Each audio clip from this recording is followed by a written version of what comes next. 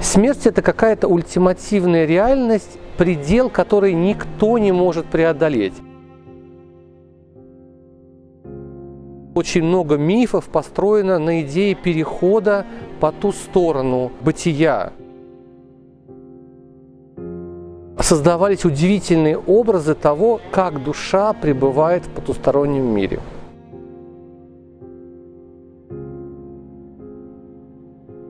Наша психика посылает нам очень сильное переживание, связанное со смертью.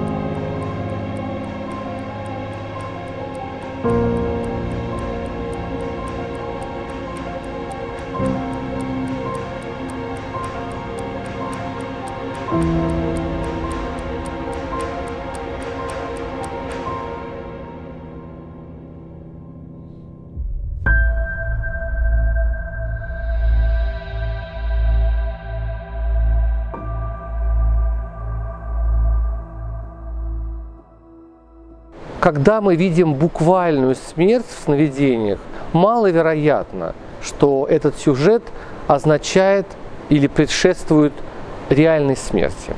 Нам надо не пугаться факта самой смерти, а, например, задать себе вопрос, почему эта смерть происходит таким образом. Люди видят во сне, что они падают с высокого этажа, с самолета. Это означает символически, что изменения в психике будут очень быстрыми или молниеносными. Сюжетов очень много. Речь идет о том, что умирает наше прежнее представление о самих себе. Психика идет по пути экономии. Какая самая простая аналогия между тем человеком, который был, и превратился в новое? То есть аналогия трансформации. Аналогия трансформации – это смерть. Буквальная смерть в сновидениях может означать изменения в личности сновидца, когда старые сценарии уходят, принося что-то новое. Смерть в мифологии идет вместе с рождением. Если что-то умирает, то рождается новое. Трансформация, которая изображается в виде смерти в сновидении, открывает возможности для развития, открывает двери будущим изменениям. Человек может видеть, что он гибнет в море или в реке, и его засасывают в какую-то воронку.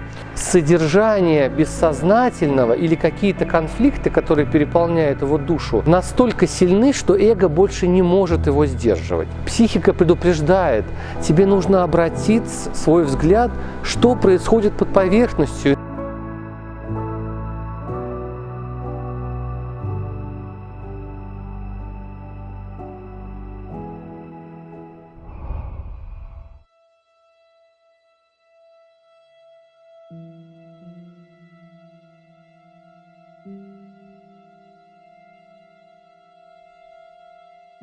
Иногда жизнь человека начинает напоминать кладбище, когда ничего не происходит. Остаются только памятники воспоминаний, памятники прошлого. Психика показывает, посмотри, ничего не происходит, только старые люди, старые воспоминания, прошлое.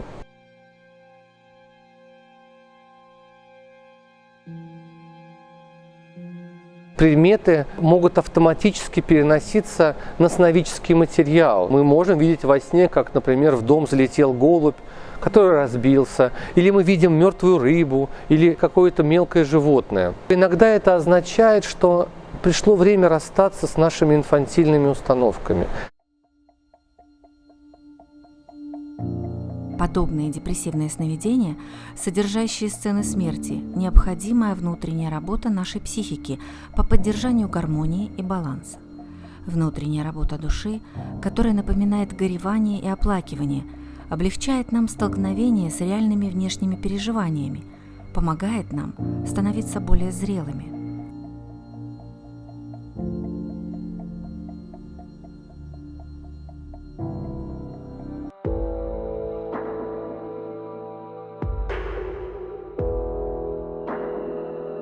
Человек видит смерть высокопоставленного лица, или короля, или царя, или президента.